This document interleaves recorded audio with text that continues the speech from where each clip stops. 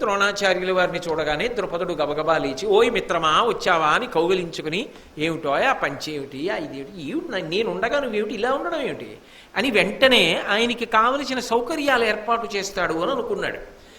ఆయన సభ తీర్చి ఉన్నాడు ద్రుపదుడు.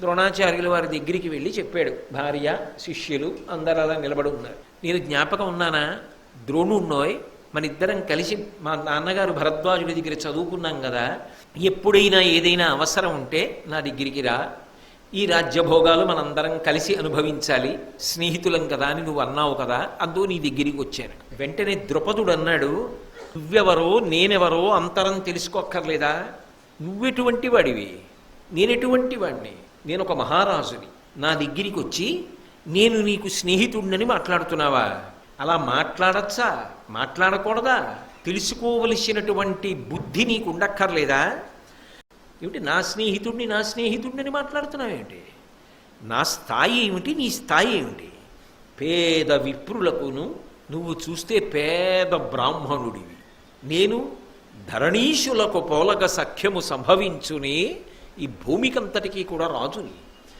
ఒక రాజుకి ఒక పేద బ్రాహ్మణుడికి స్నేహం సంభవిస్తుందా, అది సాధ్యమా, ఎలా వచ్చావు, వచ్చేటప్పుడైనా ఆలోచన ఉండక్కర్లా, పైగా నా దగ్గరికి వచ్చి నీ స్నేహితుడిని మాట్లాడతావా, పలుకక వేగ పొమ్మకట, పో అవతలకి, ఇక్కడ నిలబడద్దు, పారుడు సంగడి కాడే ఇందునన్, ఓ పేద బ్రాహ్మణుడివి, నీతో నాకు స్నేహం ఏమిటి, పో అవతలకి అన్నాడు.